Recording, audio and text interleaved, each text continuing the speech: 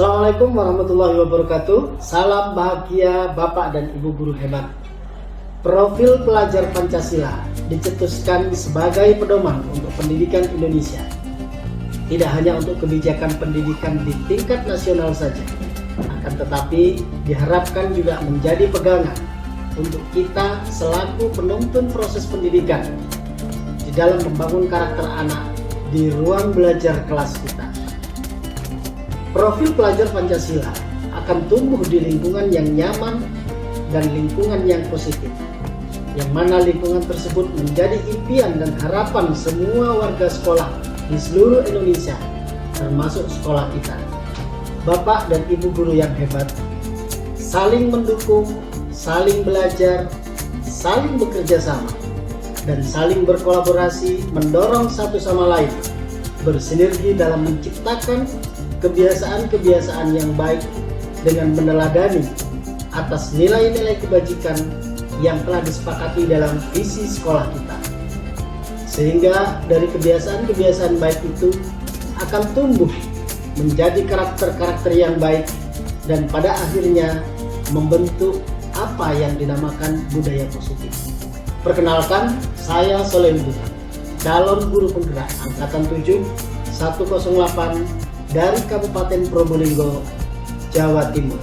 Dalam kesempatan ini, izinkan saya menyampaikan modul 1.4 program pendidikan guru penggerak tentang paradigma budaya positif dalam menumbuhkan motivasi internal pendidik yang berpihak pada murid berlandaskan nilai-nilai keyakinan universal. Bapak dan Ibu guru yang hebat, lalu apa peran kita sebagai guru untuk mewujudkan budaya lingkungan positif di sekolah kita? Mendorong kolaborasi adalah salah satu peran guru dalam mewujudkan budaya dan lingkungan yang positif di sekolah kita. Secara sederhana, kolaborasi berarti bekerja sama untuk mencapai suatu tujuan atau menghasilkan sesuatu. Di sana tersirat sebuah makna bahwa setiap pihak yang terlibat memiliki kekuatan yang saat dipersatukan menjadi saling melengkapi dan produktif. Oleh karena itu, Bapak dan Ibu guru yang hebat, agar suatu inisiatif kolaborasi ini menjadi produktif, maka tiap individu dalam hal ini adalah warga sekolah yang terlibat di dalamnya membawa sesuatu dalam arti tanda kutip, utamanya dalam pembelajaran yang dapat berkontribusi pada sebuah proses dan hasilnya nanti. Unsur apa saja yang dapat mendukung terbentuknya budaya lingkungan positif di sekolah kita? Yang pertama, yaitu ada disiplin positif. Sebelum kita membahas tentang disiplin positif, sebelumnya mari kita tanyakan kepada diri kita sendiri. Bagaimana kita berperilaku? Bagaimana kita melakukan sesuatu? Apakah kita melakukan sesuatu karena adanya dorongan dari lingkungan? Atau ada dorongan lain? Terkadang kita melakukan sesuatu itu karena kita menghindari rasa sakit atau ketidaknyamanan. Terkadang pula kita juga melakukan sesuatu untuk mendapatkan apa yang kita mau. Pernahkah Bapak Ibu melakukan sesuatu untuk mendapatkan senyuman atau pujian dari orang lain? Atau pula mungkin juga untuk mendapatkan hadiah? Atau mendapatkan uang? Apa lagi kira-kira alasan Bapak Ibu melakukan sesuatu? Nah, pertanyaan-pertanyaan tersebut patut kita renungkan untuk memahami tujuan dari disiplin positif itu. Dalam hal ini dimaknai yaitu bagaimana menanamkan motivasi kepada peserta didik kita, bagaimana menjadi orang yang mereka inginkan, dan menghargai diri sendiri dengan nilai-nilai yang mereka percaya. Dengan demikian, ketika anak didik kita memiliki motivasi tersebut, maka mereka telah memiliki motivasi intrinsik atau motivasi internal yang berdampak jangka panjang. Motivasi yang tidak akan terpengaruh pada adanya hukuman atau motivasi yang tidak akan terpengaruh pada hukuman atau hadiah. Mereka akan tetap berperilaku baik, berlandaskan nilai-nilai kebajikan, karena mereka ingin menjadi orang yang menjunjung tinggi nilai-nilai yang mereka hargai atau mencapai suatu tujuan mulia.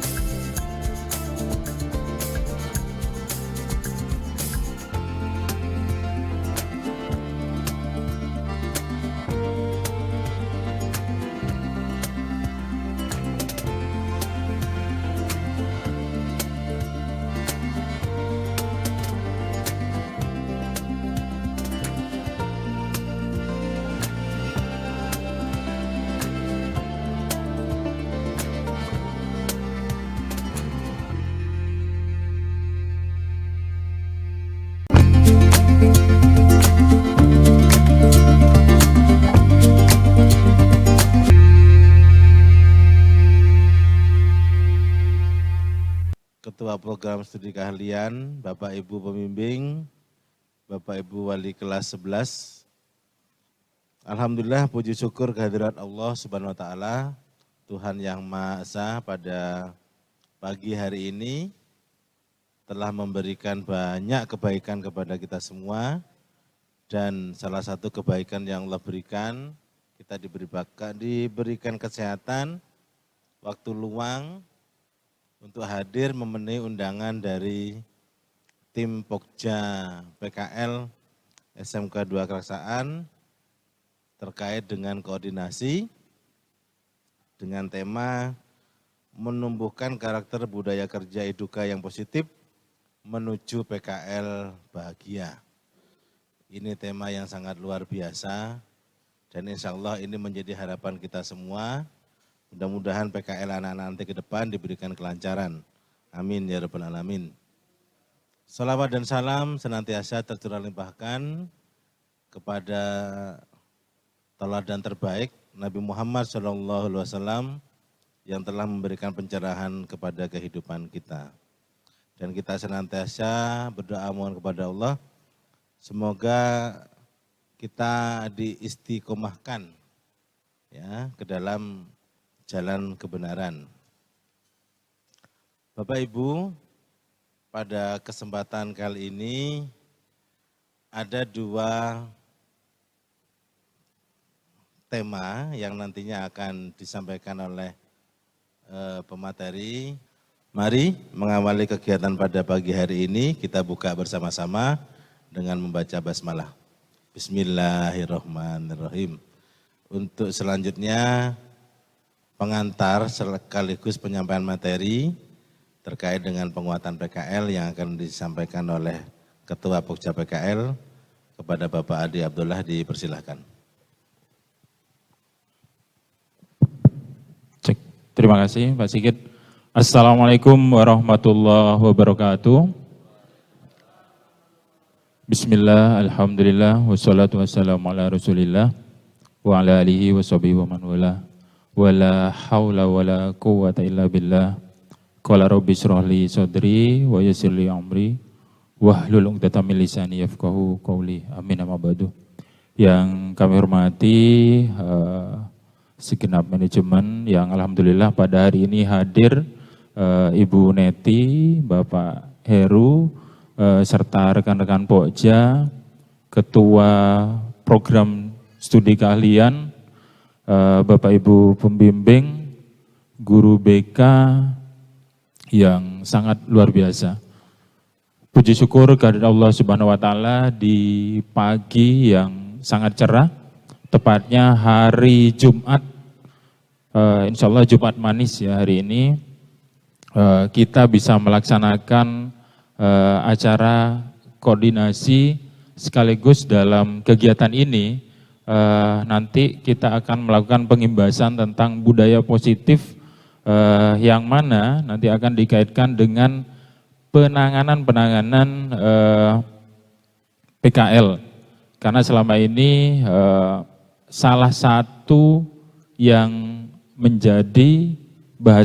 sering menjadi bahasan utama kita biasanya ketika anak di dunia kerja, posisi kontrolnya itu agak sedikit berbeda, agak sedikit susah untuk mengontrol anak-anak. Harapannya nanti ke depan kita bisa melakukan tindakan-tindakan preventif sedini mungkin dengan cara-cara yang humanis tentunya.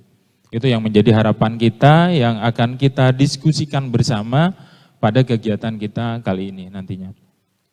Salawat serta salam semoga tetap terlimpah curahkan kepada junjungan kita, panutan kita, tauladan kita, Nabi Muhammad SAW.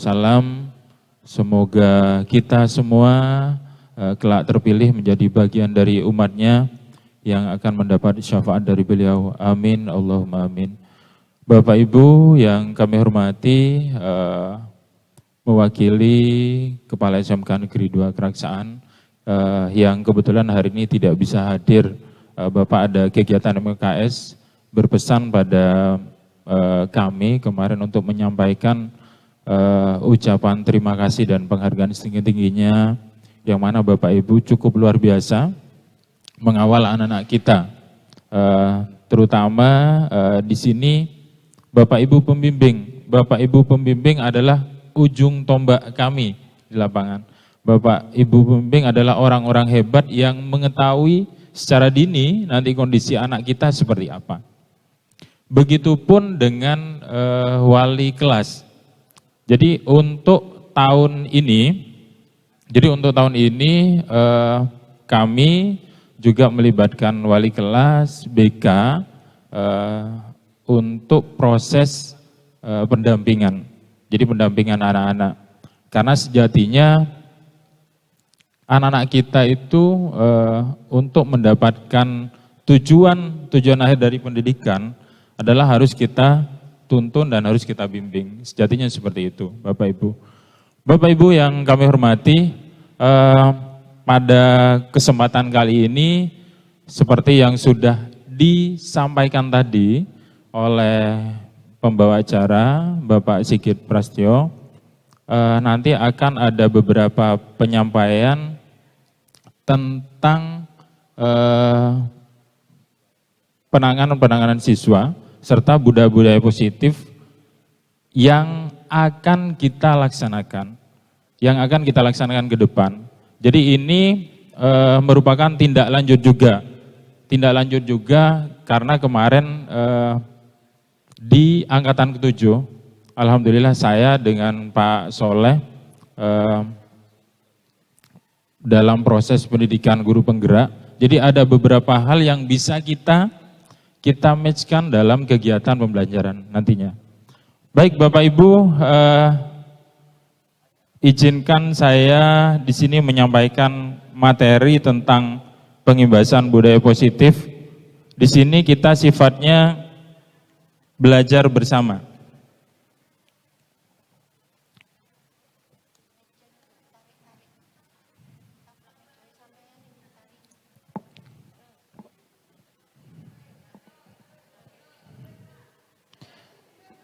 Bapak Ibu mohon izin, saya sambil berdiri ya, nggih. Mohon izin Bu Neti.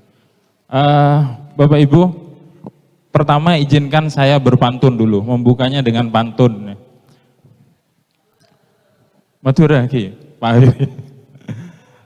Jangan lupa bawa oleh-olehnya buah duren.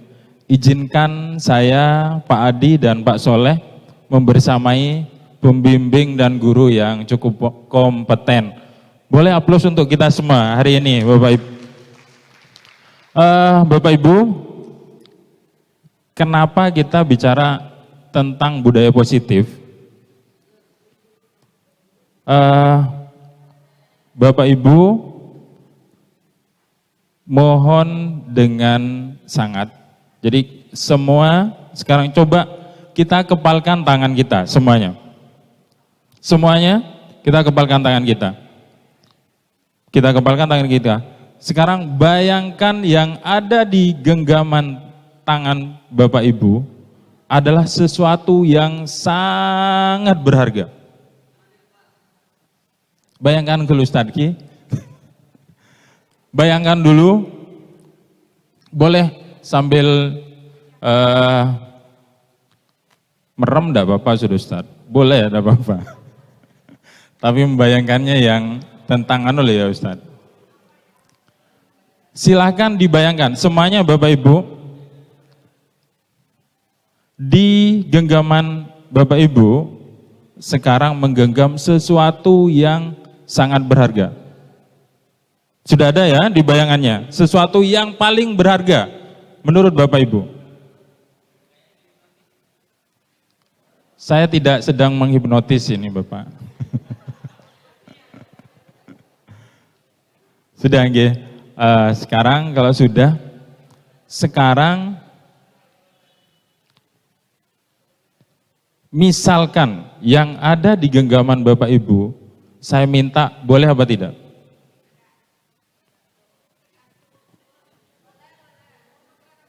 Monggo Bumi, Bu, tergantung nggih.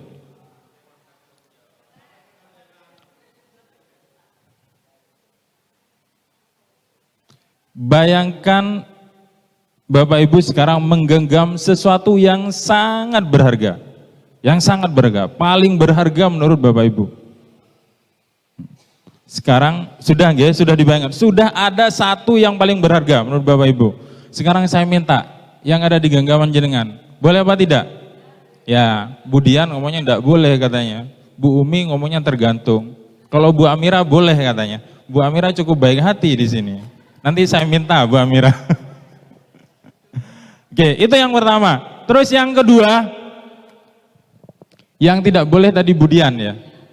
Saya tukar BMW boleh yang di genggaman. Tidak boleh ya Bu Dian. Saya tukar cek kosong boleh? Tetap tidak boleh, ya Bu Dian. Boleh tahu apa yang di genggamannya? Ya, boleh aplaus untuk Bu Dian. Jadi di genggamannya adalah suami dan anak-anaknya. Jadi menurut dia adalah suatu yang berharga. Bapak Ibu, sejatinya dari apa yang saya sampaikan itu tadi, bisakah kita mengontrol seseorang? Pertanyaan besarnya seperti itu. Apakah bisa saya itu mengontrol orang lain? Pertanyaannya seperti itu. Bisa apa tidak? Ini membuktikan dari beberapa yang sudah disampaikan teman-teman bahwasanya kita sebetulnya tidak bisa mengontrol orang lain. Sebenarnya kontrol utama itu adalah dari dalam diri kita. Bagaimana kita memberikan penjelasan-penjelasan yang rasional, akhirnya orang tersebut menjadi sadar dari dalam dirinya. Jadi faktor intrinsik lah itu nantinya yang utama. Jadi bukan faktor eksternal. Tidak bisa kita nanti misalkan ngomong Budian harus ikut saya sepertinya. Itu tidak bisa.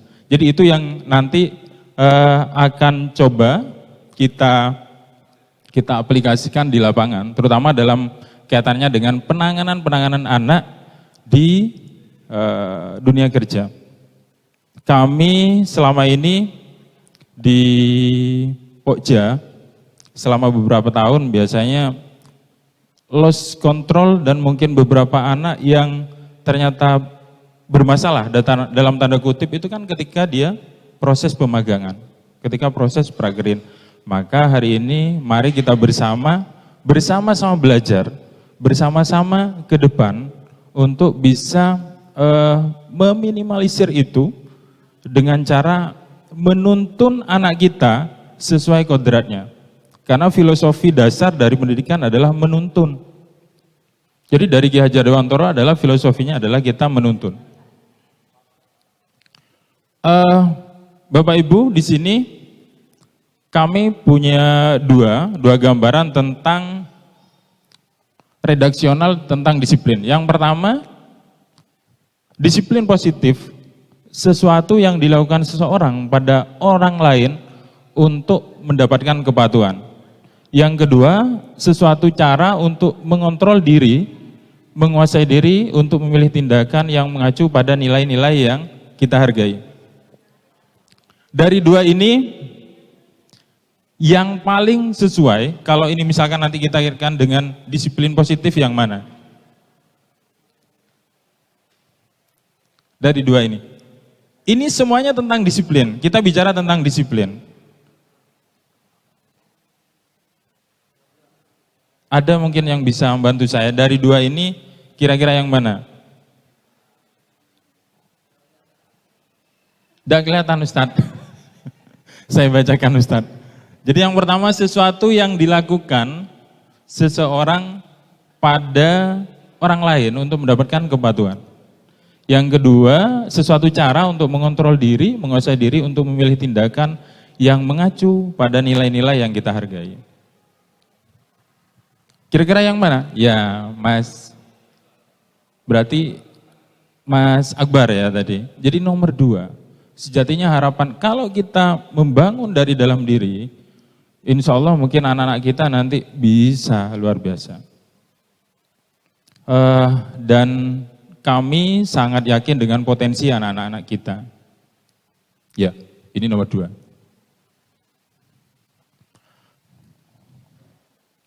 Nah, begitupun dengan proses pendidikan sistem ganda atau yang kita kenal dengan prakerin. Harapannya nanti kita selaku guru dan juga pembimbing bisa melakukan proses menuntun anak-anak sesuai dengan keyakinan mereka. Nanti akan dijelaskan lebih lanjut, keyakinan itu apa?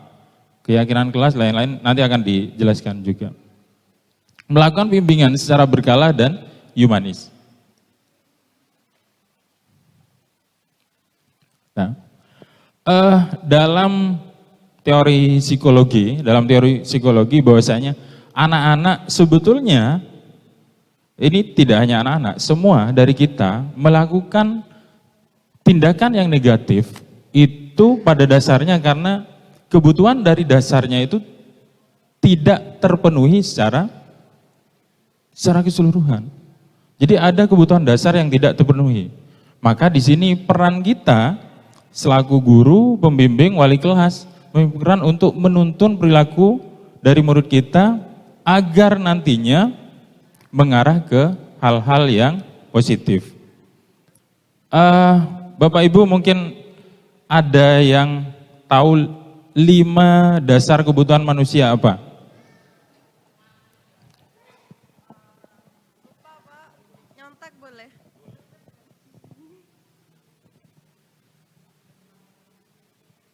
Keamanan, terus apa ya, kasih sayang, sandang papan, lupa saya. Penghargaan. Oh ya, penghargaan, Aktualisasi diri. aktualisasi diri, tapi yang paling terakhir nanti. Kebutuhan psikologi.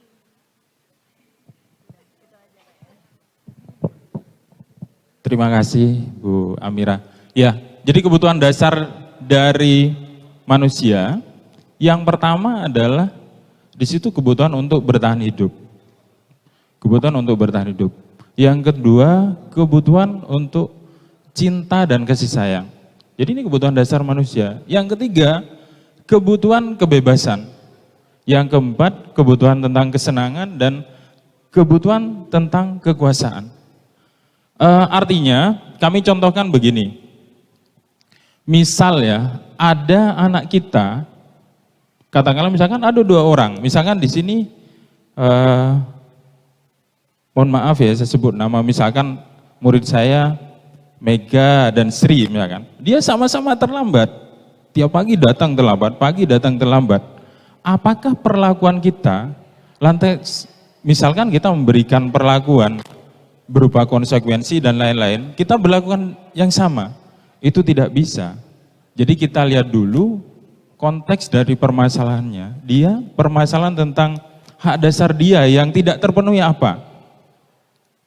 Sejatinya seperti itu. Kalau kita misalkan sudah bisa mengetahui, misal ya, Mas Febri senyum-senyum, kebutuhan kasih sayang atau apa, ya tinggal kita, ya beri kasih sayang saja.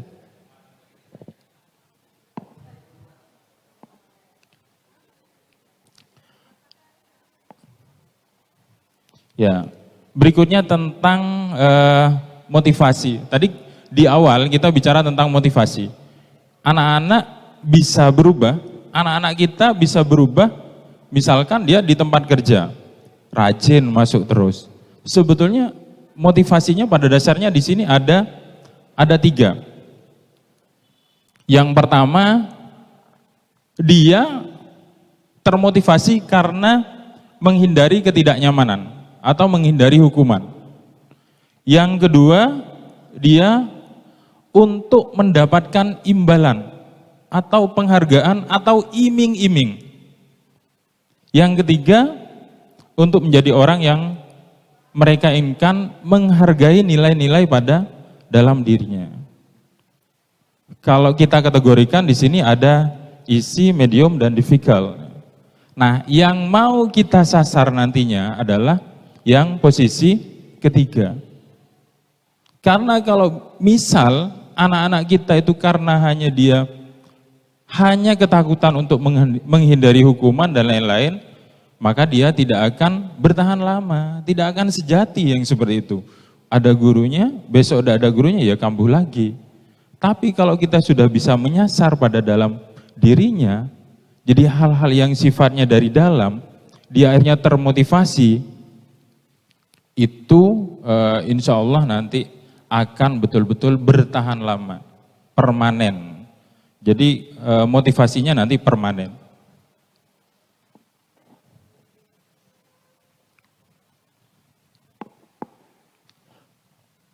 Dalam menumbuhkan motivasi ini nanti kita kaitkan dengan beberapa posisi kontrol. Yang pertama mungkin kita bicara tentang ada istilah konsekuensi, ada istilah tentang hukuman, ada istilah restitusi. Nanti secara aplikasi atau secara gamblang akan diperkuat lagi mungkin sama Pak Soleh. Cuma begini, kami contohkan, ada anak TSM misalkan, TSM katakanlah terlambat misalkan ya, TSM atau jurusan yang lain misalkan, datang terlambat, akhirnya sampai di ruangan, saya suruh lari. Kira-kira itu konsekuensi apa hukuman menurut Bapak Ibu? Kalau misalkan yang ngajar itu adalah Bu Tri atau Pak Jaka, itu masuk konsekuensi apa hukuman? Konsekuensi. Jadi itu bagian dari konsekuensi. Jadi satu penanganan, satu yang sama, tapi dia bagi Pak Jaka itu bernilai sebagai konsekuensi, suatu hal yang bagus. Tapi kalau misalkan itu diterapkan yang tidak ada kaitannya sama sekali, itu masuk dengan hukuman.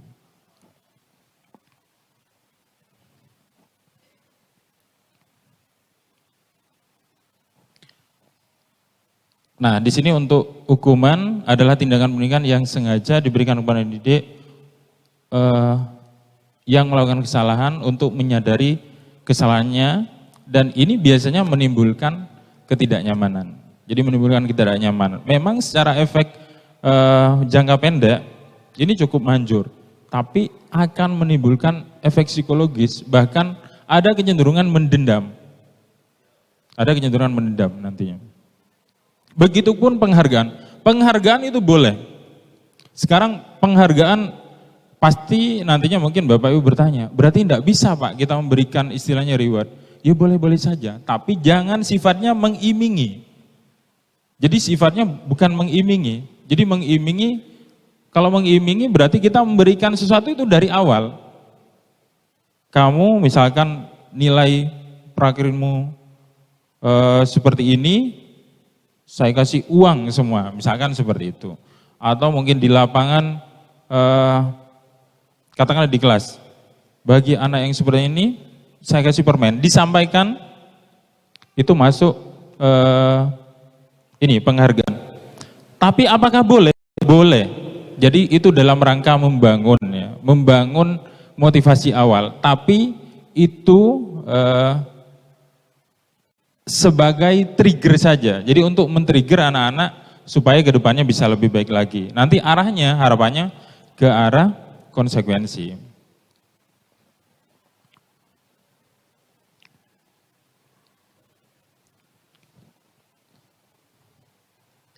Jadi ini konsekuensi penguatan jangka pendek, perlu monitoring pengajaran, stimulus, menghormati peraturan, dan kehilangan untuk memenuhi kesalahan. Restitusi, murid bertanggung jawab pada perilakunya, fokus pada pemecahan masalah jangka panjang, menghormati dirinya dan orang lain. Nanti akan kita bahas lebih lanjut. Ini ya, ini yang kami maksudkan tadi, bahwasanya hukuman ada kalanya di sini sifatnya, kenapa kita kalau bisa menghindari hukuman? Karena dia akan menimbulkan efek menyakiti hati, mendendam. Sedangkan penghargaan untuk jangka panjangnya, penghargaan pun itu sebenarnya tidak seberapa efektif. Karena pasti ya, yang namanya ada sifat dasar kita itu kadang-kadang antara satu dengan yang lain iri, kok itu yang dapat itu terus. Dan cenderung akhirnya dia bergeraknya ketika dia diberi penghargaan. Jadi karena sudah kadung terbiasa, kalau tidak diberi penghargaan, diam. Jadi efek negatifnya, tapi sebagai trigger, ya boleh-boleh saja. Jadi untuk men-trigger saja.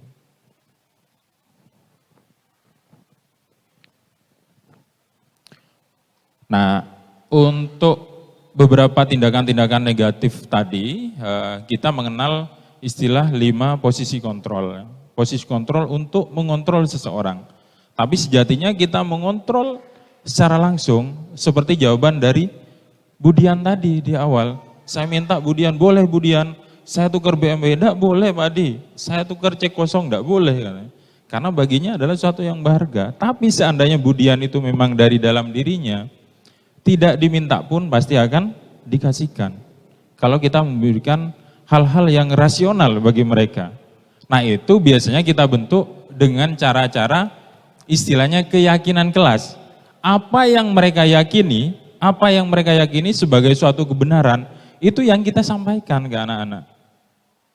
Berikutnya bagaimana dia memecahkan permasalahannya, mencari solusi dari permasalahannya. Dia akan mencari solusi dari permasalahannya.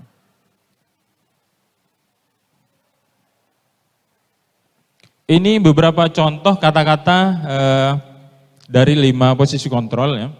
Yang pertama, misalkan kita posisi penghukum. Jadi kita seringkali menggunakan kata patuhi, awas ya. Kamu selalu saja salah. Yang kedua, kontrol membuat rasa orang bersalah. Ibu sangat kecewa sekali dengan kamu.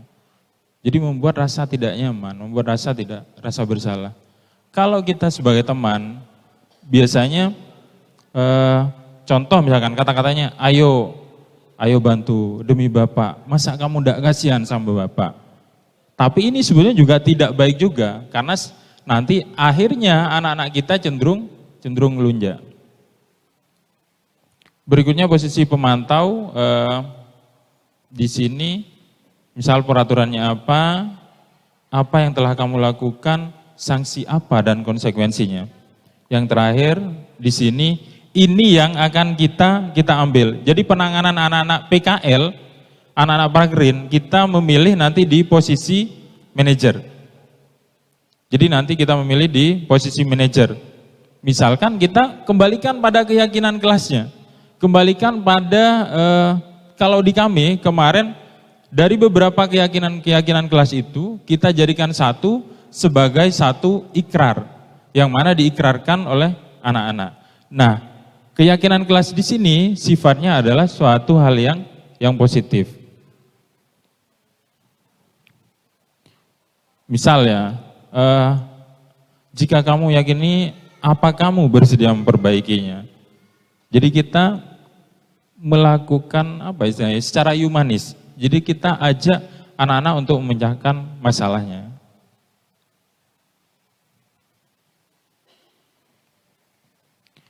Di sini untuk keyakinan kelas sifatnya lebih abstrak dari peraturan, artinya tidak mesti tertuang di peraturan berupa pernyataan universal, dibuat dalam bentuk kalimat positif dan mudah diingat, sesuai dengan kondisi kelas dan sekolah agar mudah diterapkan. Bapak Ibu, kemarin kami di Pokja Pragreen, dan juga di kondisi lapangan sudah melakukan ini. Jadi dari beberapa hal yang diyakini oleh anak-anak, akhirnya kami tuangkan dalam beberapa ikrar ini. Misalkan selalu menjaga nama baik Alma Mater SMK Negeri 2 Keraksaan, selalu patuh terhadap tata tertib sekolah dan industri, selalu mengutamakan safety dalam bekerja, siap mengikuti PKL dari awal sampai akhir.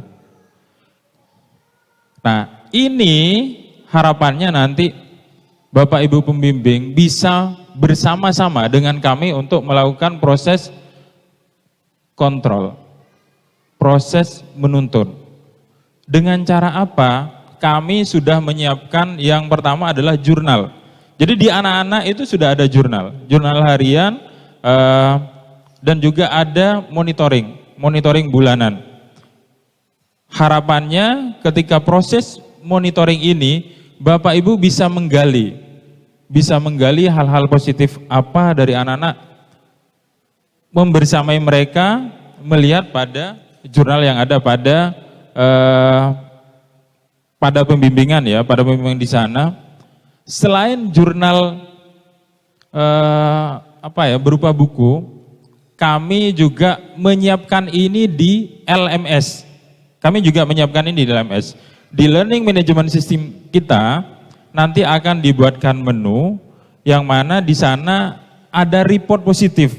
Jadi ada report positif serta penanganan yang sifatnya mungkin masih bisa kita tangani, pendampingan lapangan nanti bisa kita upload di LMS kita. Insya Allah nanti mungkin akan dijelaskan lebih lanjut dan akan diukarkan lagi oleh Bapak Soleh selaku pemateri berikutnya. Itu saja mungkin dari saya. Ihdinas siratal mustaqim. Wassalamualaikum warahmatullahi wabarakatuh.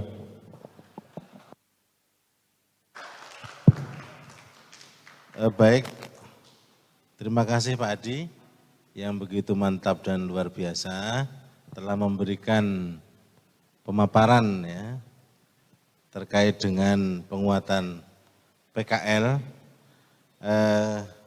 Jika Bapak Ibu masih penasaran dengan apa yang beliau sampaikan, mohon ditahan dulu kalau ingin bertanya, karena akan kita lanjutkan dengan sesi yang kedua dulu terkait dengan penerapan disiplin positif melalui segitiga restitusi yang akan disampaikan oleh Pak Soleh. Baru setelah itu kita buka sesi tanya jawab dan nanti kita akhiri dengan refleksi. Monggo untuk Pak Soleh dipersilakan.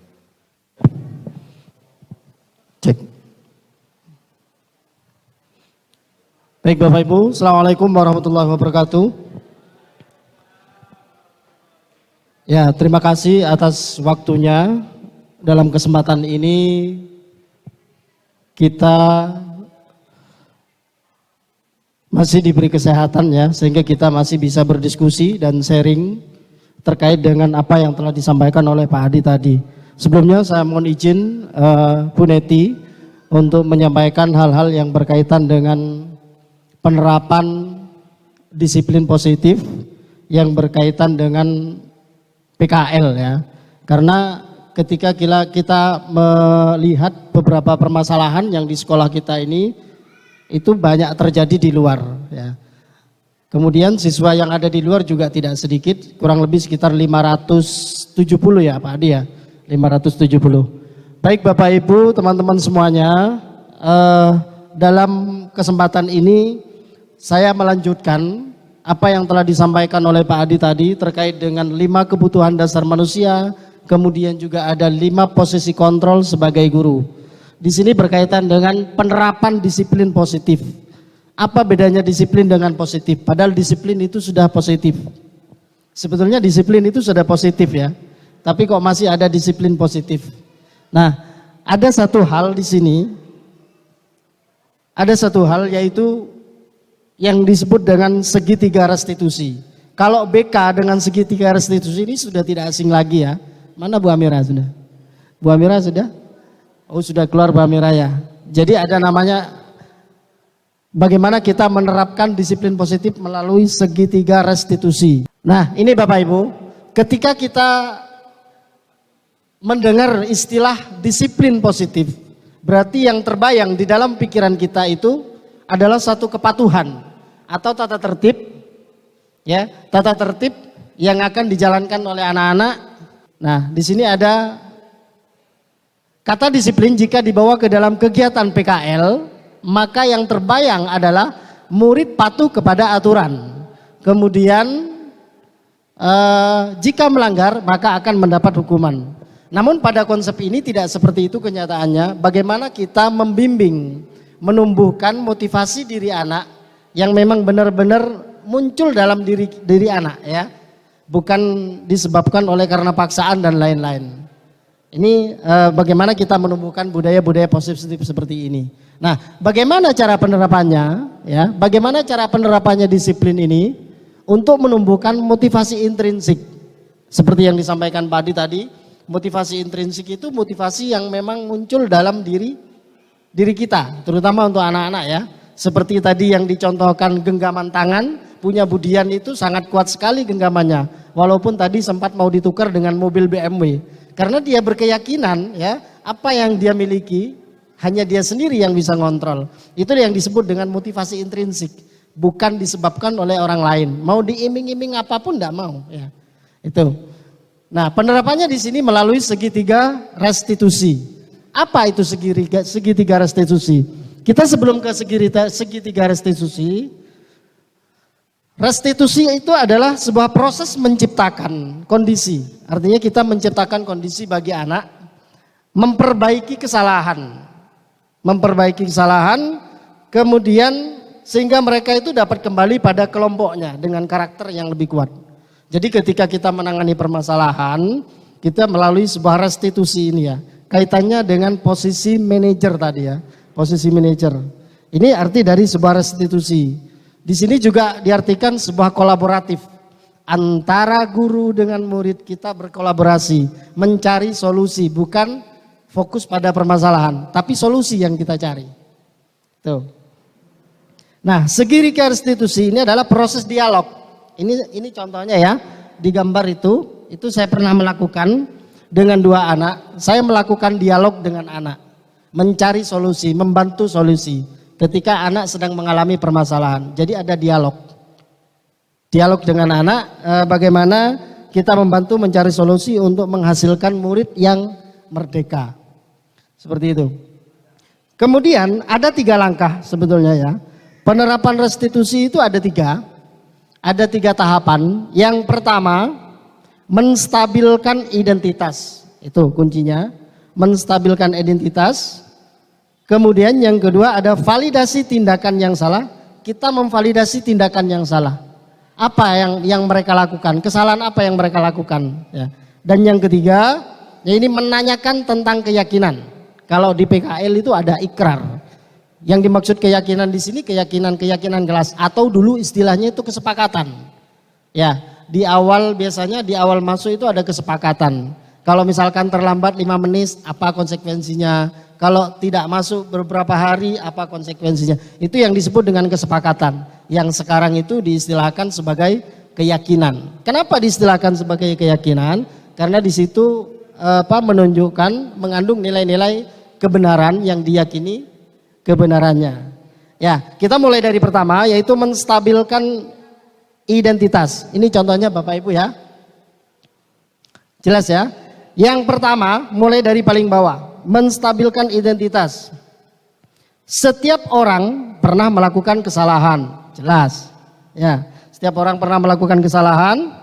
Kemudian yang kedua, kamu bukan satu-satunya yang pernah melakukan ini.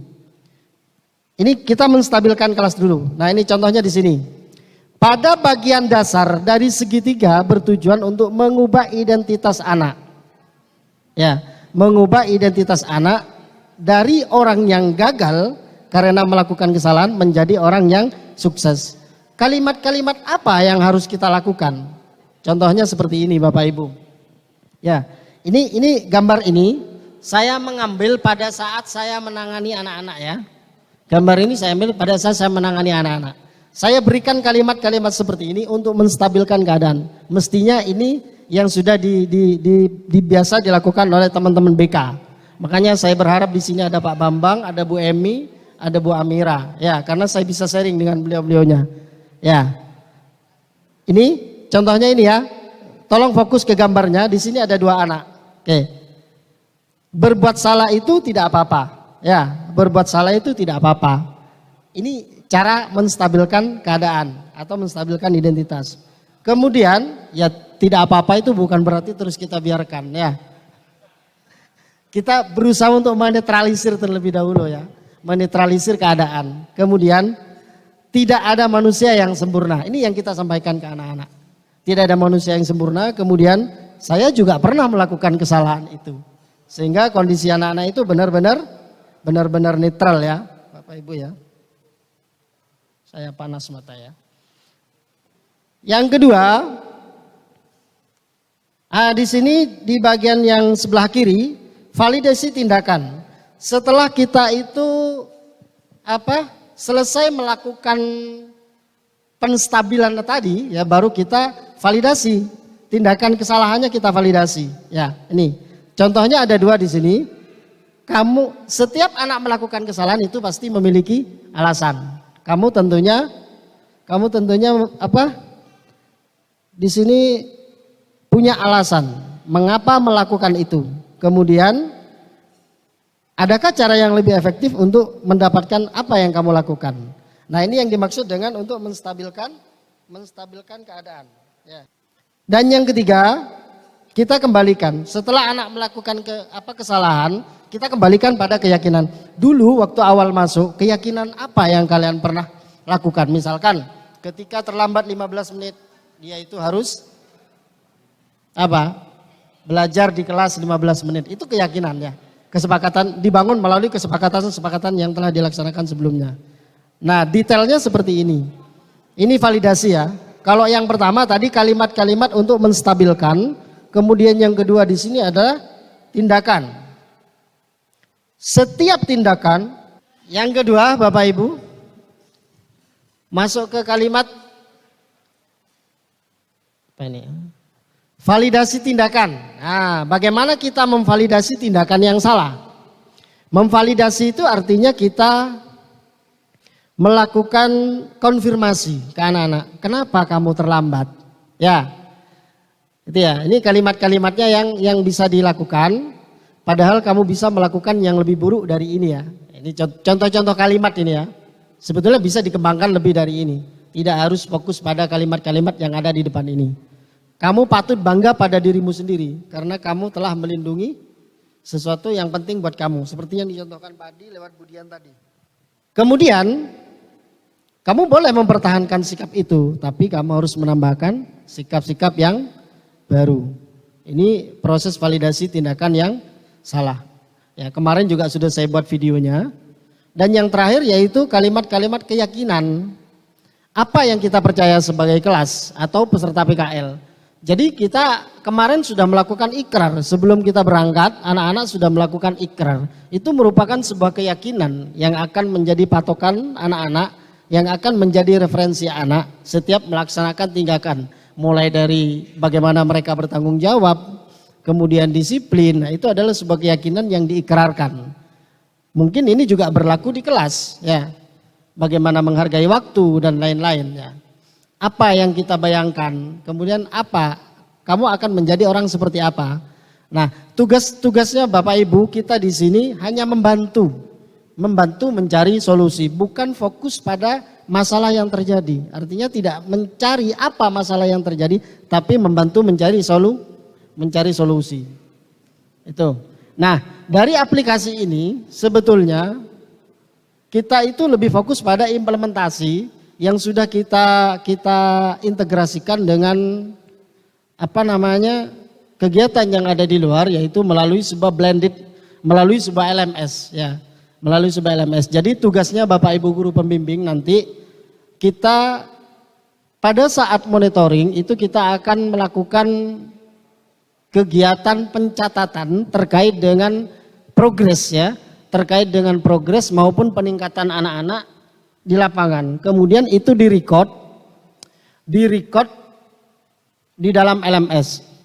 Itu yang menjadi kewajiban Bapak Ibu guru selaku pembimbing, termasuk saya pribadi. Sebentar lagi saya tunjukkan yang di LMS seperti apa yang harus kita lakukan. Jadi contoh begini, dalam kegiatan PKL itu kan ada 5 kegiatan. 5 kegiatan ya Pak Adi ya. Pertama kita mengantar, kemudian yang kedua kita monitoring, ketiga kita monitoring, keempat monitoring, yang kelima menjemput. Berarti ada kegiatan sebanyak 3 kali monitoring dan evaluasi. Nah, dalam 3 kegiatan itu kalau yang mengantar dan yang menjemput sudah tidak dihitung. Yang kita hitung itu adalah monitoring pertama, monitoring kedua, dan monitoring ketiga. Pada saat monitoring pertama, harapannya, ini harapan Pokja kemarin, bagaimana Bapak Ibu pembimbing itu menuliskan sebuah progres yang positif. Hal yang positif yang telah dilakukan oleh anak-anak. Jadi contohnya begini, misalkan punya saya itu ada di Telkom ataupun di Dukcapil, kemudian atau di mana lagi, ada di Probolinggo itu Perkim. Kebetulan di sana saya sama Bu Sri, ada Bu Sri ya, oke Bu Sri. Kebetulan di Perkim ada Bu Sri juga ya, satu iduka, 2 pembimbingnya. Pembimbingnya sangat proaktif sekali di sana ya. Sehingga kita sangat mudah untuk menilai progres positif yang telah dilakukan oleh anak-anak. Jadi nanti pada akhir bulan ini, misalkan kita dapat perintah untuk monitoring, berarti kita wajib, ini perintahnya dari Pokja kemarin, kita wajib melakukan pencatatan hasil progres siswa selama 1 bulan di Iduka, mereka sudah mendapatkan apa? Baik dari sisi budaya kerja, kemudian juga dari sisi komunikasi maupun tingkah laku. Itu yang harus kita record, itu yang harus kita catat. Catatannya ditempatkan di mana? Catatannya ditempatkan di LMS. Ya, ada di LMS Bapak Ibu. Nah, kalau misalkan nanti ada masalah, misalkan kita menangani masalah anak yang di luar, karena ini yang sering terjadi biasanya. Sampai berlarut-larut tidak tertangani, akhirnya bendol di belakang. Itu tertangani ketika sudah mau masuk atau mau kembali ke sekolah. Nah, mengantisipasi itu sebetulnya yang melatar belakangi. Supaya tidak terjadi hal-hal yang seperti itu, maka setiap bulan itu direcord, atau katanya Pak Adi itu report progress ya. Mereka mencatat ya, misalkan ada satu permasalahan anak tidak masuk selama 1 minggu atau lebih. Nah, itu yang menjadi tugas pembimbing kita ya, selaku pembimbing untuk menangani anak tersebut. Melalui apa? Melalui proses segitiga restitusi itu tadi. Kita melakukan mulai dari bagaimana menstabilkan keadaan, menstabilkan identitas, kemudian juga validasi tindakan yang salah, kemudian juga dikaitkan dengan keyakinan kelas atau keyakinan atau ikrar yang telah dilakukan oleh anak tersebut. Sehingga dari itu baru nanti ada dokumentasi ya, ada dokumentasi yang nanti juga akan dipampang di LMS, ditaruh di LMS. Ketika Bapak Ibu melakukan bimbingan menangani permasalahan itu nanti ada dokumentasi yang diupload di LMS nanti. Nah, implementasinya ke sana. Selain di sekolah, kita juga menggagas bagaimana Pokja PKL ini kegiatan PKL ini bisa berkelanjutan mulai dari hal-hal penanganan permasalahan maupun report. Selama ini reportnya hanya SPPD. Itu yang ada di Pokja. Ya, reportnya SPPD walaupun di situ juga tetap ada sebetulnya jurnal. Cuma jurnal itu banyak yang hilang anak-anak, kadang seperti itu. Nah, kita coba Pak Adi melakukan terobosan-terobosan seperti ini. Sebetulnya tujuannya bukan hanya sekedar kelengkapan administrasi saja, tapi benar-benar menekankan bagaimana budaya positif, disiplin positif baik dari seorang pembimbing maupun anak itu dapat terlaksana dengan baik dan dapat dibuktikan secara administrasi juga. Itu sebetulnya tujuan dari implementatif itu ya, yang akan diterapkan di LMS itu. Saya kira itu hal-hal yang berkaitan dengan disiplin positif, kaitannya dengan PKL. Sebentar lagi saya tunjukkan aplikasinya yang ada di LMS seperti apa dan bagaimana proses pengisiannya. Bapak Ibu, tadi ada beberapa hal yang sudah kita diskusikan bersama, sambil lalu menunggu terhubung dengan LMS. Kami buka terlebih dahulu mungkin sesi diskusi atau tanya jawab sebelum refleksi. Nanti harapannya di akhir ada refleksi juga dari teman-teman terkait dengan apa yang kami sampaikan dan juga konsep monitoring atau pendampingan yang akan kami lakukan ke depan. Mohon nanti juga direfleksi juga dari Bapak Ibu. Baik, monggo 3 penanya terlebih dahulu. Bapak Ibu, barangkali ada sesuatu hal yang mau ditanyakan terkait dengan pembimbingan dan lain-lain. Karena kemarin di awal ada yang juga sempat japri ke saya, apa yang mau saya kerjakan Pak? Terutama di sini mungkin Bapak Ibu yang mohon maaf ya baru bergabung dalam proses pembimbingan. Monggo tidak apa-apa, barangkali ada yang mau ditanyakan terkait pembimbingan, terkait penanganan yang sudah kami sampaikan tadi, apa yang sudah kami tangani, harapannya ini bisa dilaksanakan juga oleh Bapak Ibu. Dan itu tadi, jadi juga terekam. Jadi terekam, kita punya data, akhirnya ketika ada suatu hal terkait dengan permasalahan, kita punya data yang memang betul-betul ada, termasuk juga reportnya. Siap, sudah Pak Soleh. Monggo sambil lalu sepertinya teman-teman masih minta dijelaskan itu dulu. Monggo Pak Soleh. Ya, terima kasih. Saya lanjutkan Bapak Ibu. Ini nanti Bapak Ibu itu akan masuk di akun masing-masing selaku pembimbing. Di akun masing-masing selaku pembimbing. Ini contohnya di sini nanti akan tampil. Misalkan di sini ada Alien Studio Malang ya. Alien Studio Malang. Kemudian saya masuk pada monitoring pertama. Nah, di sini ada 3 ya. Oh ya, ada 3. 1 monitoring ke-1, kemudian ada monitoring kedua dan monitoring ketiga. Nih, ini saya sekedar kasih contoh, misalkan saya monitoring kedua. Ini monitoring pertama ya. Nah, monitoring pertama misalkan saya menangani permasalahan dengan anak-anak. Bapak Ibu di sini menuliskan progresnya anak-anak. Tentunya hal-hal yang positif. Kemudian apabila menangani permasalahan juga tolong ditulis di sini. Kemudian nanti dokumentasinya juga ditampilkan di sini. Bagaimana cara menulisnya? Cara menulisnya tinggal Bapak Ibu nanti masuk pada menunya, menu munifnya ini ya. Nah, misalkan di munif kedua, saya anggap munif kedua. Oke, jangan lupa edit modenya diaktifkan ya, seperti biasa.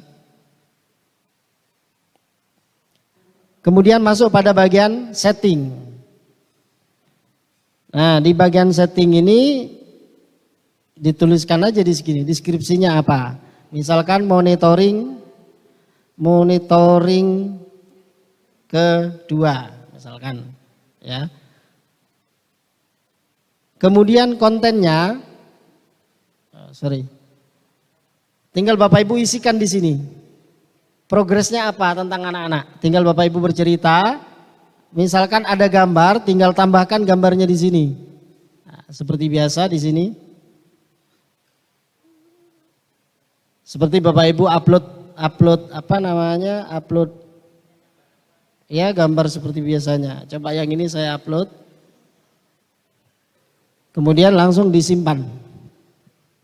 Jadi sesederhana itu, tapi ini sangat membantu untuk memberikan report progress untuk penanganan, artinya report progress untuk budaya-budaya positif yang telah dilakukan oleh anak-anak, terutama di bidang budaya kerjanya ya. Apa yang telah mereka dapatkan, sehingga nanti kita untuk membandingkan selama belum berangkat ke PKL dan juga setelah pulang mereka, kita ada recordnya, artinya ada reportnya. Itu, saya kira itu Pak Hadi ya, untuk implementasi bagaimana menerapkan budaya positif sehingga sampai ke memberikan laporan melalui LMS ini tadi. Terima kasih dari saya. Assalamualaikum warahmatullahi wabarakatuh. Terima kasih Pak Soleh. Boleh kasih aplaus untuk Pak Soleh dulu Bapak Ibu. Luar biasa tadi. Bapak Ibu, menggarisbawahi apa yang sudah disampaikan tadi, memang benar harapan dari kami, dari Pokja dan juga dari sekolah tentunya. Jadi kami bisa merekam sedini mungkin tentang hal-hal yang berkaitan dengan perilaku atau mungkin apa budaya-budaya positif dari anak-anak. Kenapa kami buat seperti ini? Tentu di proses pembimbingan, proses pendampingan nantinya, ketika ke tempat kerja, mohon maaf Bapak Ibu, tidak hanya sekedar datang, ketemu mungkin resepsionisnya saja hilang, tidak. Harapannya ada ada komunikasi.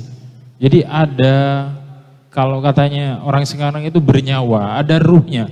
Jadi ada komunikasi yang mana di sana bermakna, akhirnya kita bisa tahu anak kita ternyata ini, dia sudah memiliki progres yang baik. Teknisnya mungkin di lapangan kan berbeda-beda. Ada yang ketika monitoring kita tidak bertemu langsung. Kalau misalkan ternyata memang dari tempat prakteknya yang seperti itu, maka kita bisa pakai mungkin diskusi dengan orang ketiga yang maksudnya pendamping yang di sana. Jadi pendamping yang di sana coba kita gali informasi tentang anak kita. Harapannya mungkin adalah hal-hal yang positif yang bisa kita record. Kalau misalkan ada hal-hal yang negatif, maka kita kembalikan lagi pada penjelasan awal. Apa sebetulnya yang tidak didapati oleh anak ini, coba kita gali dan nanti kita cari solusi bersama. Utamanya kita kembalikan lagi ke anak tersebut. Jadi bagaimana dia kan sudah dari awal sudah menyampaikan keyakinan bersama. Anak-anak sudah tahu, sudah menyampaikan tentang keyakinannya ketika proses prakrin seperti apa. Hal-hal baik yang mereka kemarin tuangkan dalam ikrar sudah disampaikan juga di sana. Itu saja mungkin Bapak Ibu.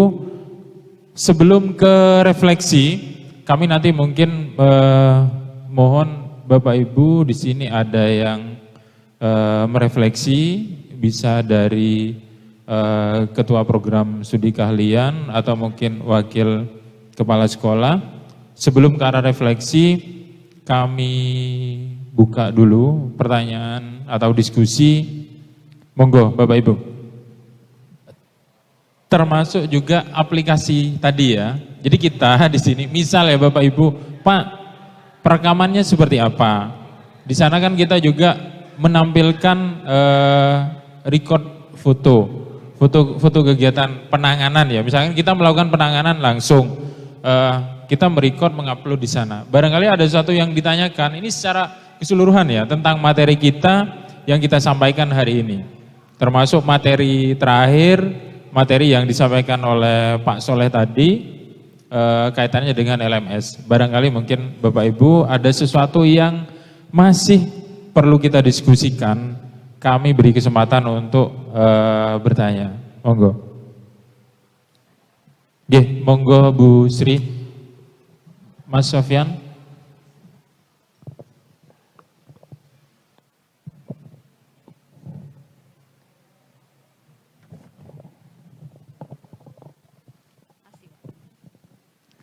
Assalamualaikum warahmatullahi wabarakatuh. Ini mungkin lebih ke jurnal Bapak. Karena kemarin waktu saya di Perkim, saya mohon maaf saya masih junior dalam membimbing PKL. Untuk jurnal, memang yang pertama itu di laporan anak ada kolom troubleshooting sama solusi. Kemarin dari Perkim, malam-malam saya ditelepon, kalau di Perkim itu setiap minggu anak disuruh mengumpulkan jurnal Bapak.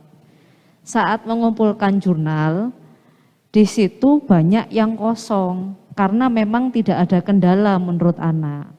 Setelah saya konfirmasi ke anak, ternyata anak waktu BIMTEK itu pemberitahuannya jika ada kendala atau troubleshooting di lapangan baru ditulis. Kemudian ada solusinya apa. Sementara kemudian saya lihat yang kemarin waktu saya bimbing, memang dari hampir 12 lembar halaman itu hanya terisi 3 baris sampai 4. Hanya troubleshooting aja. Ini saya hanya tidak seperti biasa, dalam artian gini, karena kemarin dari pihak Perkim ngeyel itu kan laporan mingguan yang harusnya diisi. Akhirnya saya ngasih solusi dan langsung saya sampaikan ke anak tanpa konfirmasi ke Pokja. Saya ngasih taunya, tulis laporan harian atau garis besar yang kamu kerjakan hari itu, jika ada kendala atau ada solusi, tulis di solusi. Jika tidak ada solusi, abaikan, solusi dikosongi. Tetapi dalam garis besar hari itu kamu ngerjakan apa, tulis aja di troubleshootingnya. Saya hitung, karena kurang lebih 5 bulan, kolom cukup, saya bilang itu setiap hari kalian tulis di situ. Sehingga saya mohon maaf menyalahi yang di BIMTEK, khawatirnya saya salah, jadi saya sekarang laporan. Itu yang pertama Bapak. Yang kedua, untuk di LMS, tadi kan ngupload foto. Sementara terkadang yang saya tahu, kalau saya di lapangan, itu kalau nyuruh foto anak kan nggak enak Bapak. Sementara kalau kita manggil, harinya mesti hari Sabtu, karena Senin sampai Jumat mereka mesti on di lapangan, apalagi yang di dinas. Apakah boleh nanti di LMS kita hanya konfirmasi lewat tulisan tanpa ada upload foto, karena tadi dicontohkan ada upload foto. Itu saja, terima kasih Bapak. Assalamualaikum warahmatullahi wabarakatuh. Baik, terima kasih Bu Sri. Terkait dengan pendampingan atau di jurnal ya, jurnal yang pertama.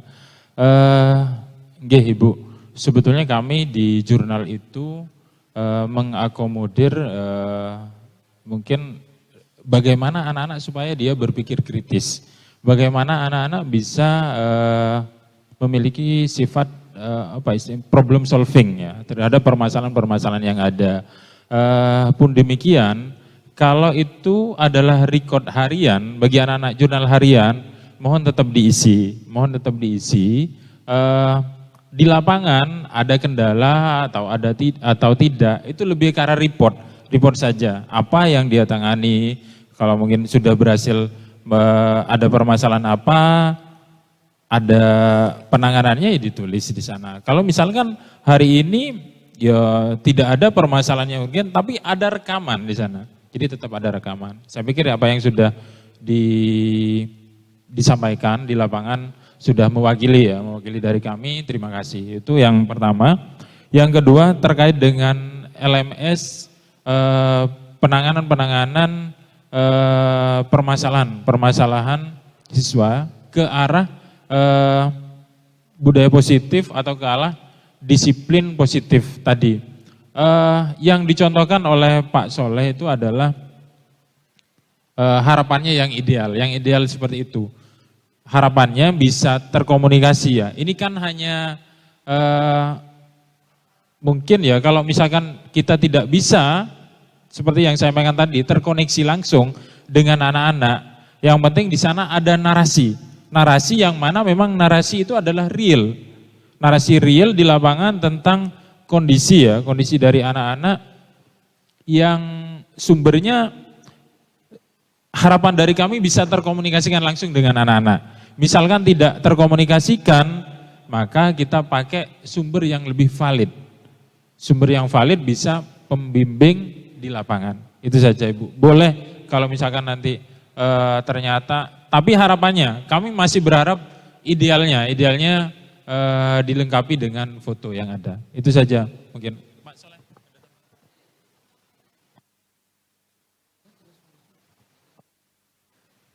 Oke, monggo Pak Ustadz. Assalamualaikum warahmatullahi wabarakatuh. Terima kasih Pak Adi waktunya. Yang pertama, kami mempunyai beberapa pertanyaan tentang LMS tadi. Untuk LMS tadi itu apa diisi setiap pekan, sebulan, 2 bulan, 3 bulan, dan seterusnya. Apa seperti itu laporannya? Terus yang kedua, selama ini kami komunikasi dengan anak-anak melalui WA tentang kehadiran di tempat kerja. Apa anak hadir apa tidak kita komunikasi. Terus kemudian untuk laporan di buku itu anak-anak tanya, ini apa tanda tangan tiap hari atau bagaimana Pak begitu. Itu sesuai dengan kehadiran ya saya sampaikan setiap hari gitu. Mungkin ini dulu yang kami bisa sampaikan dan tanyakan. Terima kasih. Assalamualaikum warahmatullahi wabarakatuh. Waalaikumsalam warahmatullahi wabarakatuh. Pak, pertanyaan yang pertama saya kurang jelas tadi. Mungkin bisa diulang. Oke. Pak Soleh. Saya jawab Adi ya. Yang ditanyakan Pak Khairi barusan untuk pengisian LMS, di situ sesuai dengan jadwal monitoring Pak. Nah monitoringnya itu kan ada 3 yang akan datang nih ya, 1, 2, 3, kan ada 5 bulan. Kalau yang mengantar pertama dan yang terakhir itu tidak dihitung. Ketika kita monitoring, berarti kan di situ ada proses komunikasi dengan anak. Dari situ juga kita juga bisa menilai progresnya anak-anak selama di sini apa. Tentunya juga dari hasil komunikasi itu. Nah, di situ kita mendapat sebuah kesimpulan untuk ditulis di LMS, berarti 1 kali. Nah, hasil kesimpulan yang sudah ditulis di LMS itu yang akan kita jadikan refleksi untuk progres yang akan datang. Paling tidak kurvanya itu naik terus. Dari 3 bulan itu tadi, dari tiga laporan. Jadi tidak menulis per tiap pekan, akhir pekan, setiap tidak. Kita monitoring 3 kali berarti 3 kali reportnya. Itu. Kalau misalkan saya tidak dapat dokumentasi, enggak apa-apa. Tadi juga yang saya contohkan itu ketika saya menangani anak-anak di sana. Anak kita misalkan sedang bermasalah di lapangan, kita tangani proses bimbingan di sana. Itu yang dimaksud kita dokumentasi. Kalau misalkan tidak ada anak-anak yang bermasalah, ya sudah, boleh hanya dokumentasi anaknya saja ketika di tempat kerja. Cuma kita kan juga kadang ada beberapa tempat kerja yang tidak mau diambil fotonya, sehingga kita cukup menarasikan saja, membuat laporan yang sifatnya peningkatan terhadap anak-anak di sana, kaitannya dengan interaksi sehari-harinya, kemudian budaya kerjanya. Hanya itu Ustadz ya. Jadi tidak setiap pekan. Kalau kita 3 kali ditugaskan, berarti 3 kali kita memberikan laporan gitu ya. Kalau 3 kali kita ditugaskan hanya memberikan 1 kali, berarti kita punya tanggungan 2 kali untuk melaporkan ya. Satu sebagai ketertiban administrasi kita, dan yang kedua juga ini merupakan terobosan baru yang terus akan dikembangkan oleh Ketua Pokja PKL ke depan. Saya kira itu Pak Hadi, terima kasih. Untuk pertanyaan pertama. Pertanyaan kedua, monggo Pak Hadi. Baik, terima kasih Ustadz. Yang kedua tentang jurnal ya, jurnal pembimbingan dan lain-lain itu ya. Jurnal pembimbingan itu sebetulnya begini Ustadz, ini hampir sama dengan yang mungkin pertama tadi Bu Sri tanyakan. Jadi anak-anak di jurnal itu ada beberapa isian yang mana ada isian harian juga. Isian harian yang proses kontrolnya itu ada di kita selaku pembimbing nantinya. Nanti panjenengan pas proses pembimbingan, misalkan pembimbing pertama, nanti menanyakan juga gimana Mas, sudah terisi apa tidak jurnalnya. Kalau misalkan ternyata tidak terisi, ini misal, berarti ya kembali lagi ke cara penanganan yang pertama dengan cara restitusi. Kembalikan lagi ke keyakinan tadi itu. Keyakinan anak-anak kemarin sudah menyampaikan di keyakinannya bahwasanya mengikuti proses PKL dari awal sampai akhir dengan maksimal. Jadi kalau misalkan dia tidak melaksanakan itu, nanti panjenengan kembalikan lagi dengan cara-cara restitusi itu tadi Ustadz. Untuk pembimbing, jadi untuk pembimbing, apakah di sana ada isian juga? Sepertinya paraf ya, kalau saya tidak salah mungkin ada paraf, tapi parafnya itu nanti bisa sambil dicek. Yang paling urgen di sini di LMS. Jadi harapannya nanti juga ada report bulanan setelah kita melakukan proses pembimbingan dan pendampingan. Itu saja mungkin Ustadz. Terima kasih.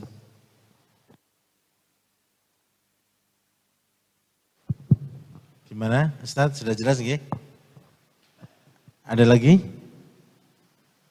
Cukup? Sebelum diakhiri, tadi sudah disampaikan bahwa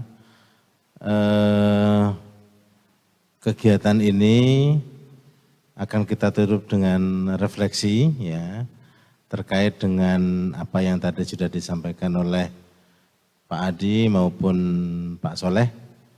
Monggo Bapak Ibu, ada yang siap untuk merefleksi? Bu Neti, monggo.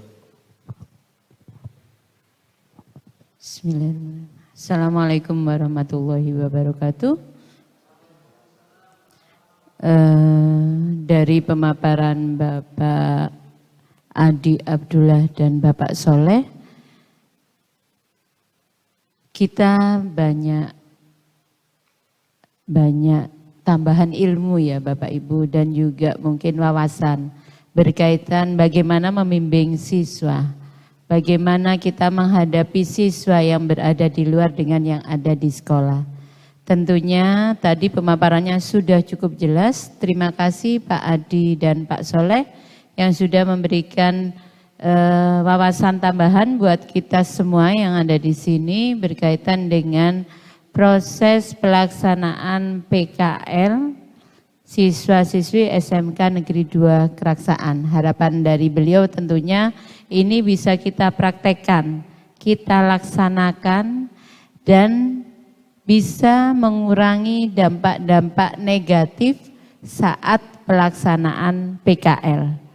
Program bagus, apabila ditunjang dengan pelaksanaan yang cukup bagus, insya Allah hasilnya akan maksimal.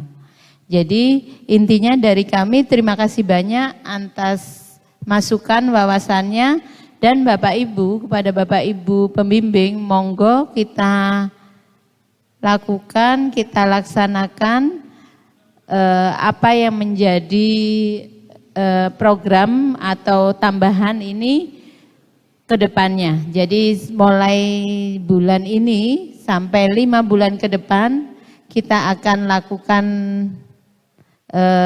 wawasan-wawasan baru, terutama yang di LMS.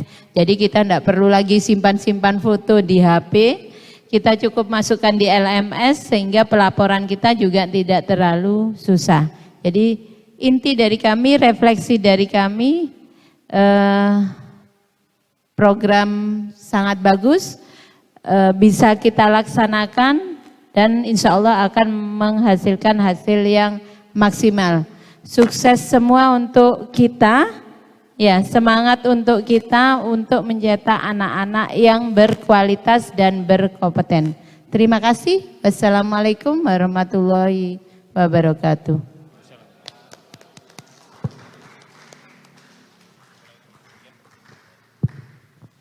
Terima kasih Bu Neti atas refleksi yang sudah disampaikan. Besar harapan kita semua bahwa setelah kegiatan ini, ya, apa yang menjadi tanggung jawab kita sebagai guru, sebagai pendidik, terlebih-lebih sebagai pembimbing, terutama anak-anak kita yang sedang melaksanakan PKL, akan jauh lebih maksimal, akan jauh lebih bertanggung jawab, sehingga besar harapan kita anak-anak ini nantinya memiliki kemampuan atau kompetensi yang sesuai dibutuhkan oleh dunia usaha dan dunia industri. Kegiatan ini pasti akan berkelanjutan dari masa-masa, dari waktu ke waktu. Oleh karena itu setiap perbaikan-perbaikan, perubahan-perubahan, inovasi-inovasi senantiasa kita lakukan demi kebaikan kita bersama. Mari kita akhiri bersama-sama dengan membaca hamdalah. Alhamdulillahirabbil alamin. Kurang lebihnya mohon maaf. Wassalamualaikum warahmatullahi wabarakatuh.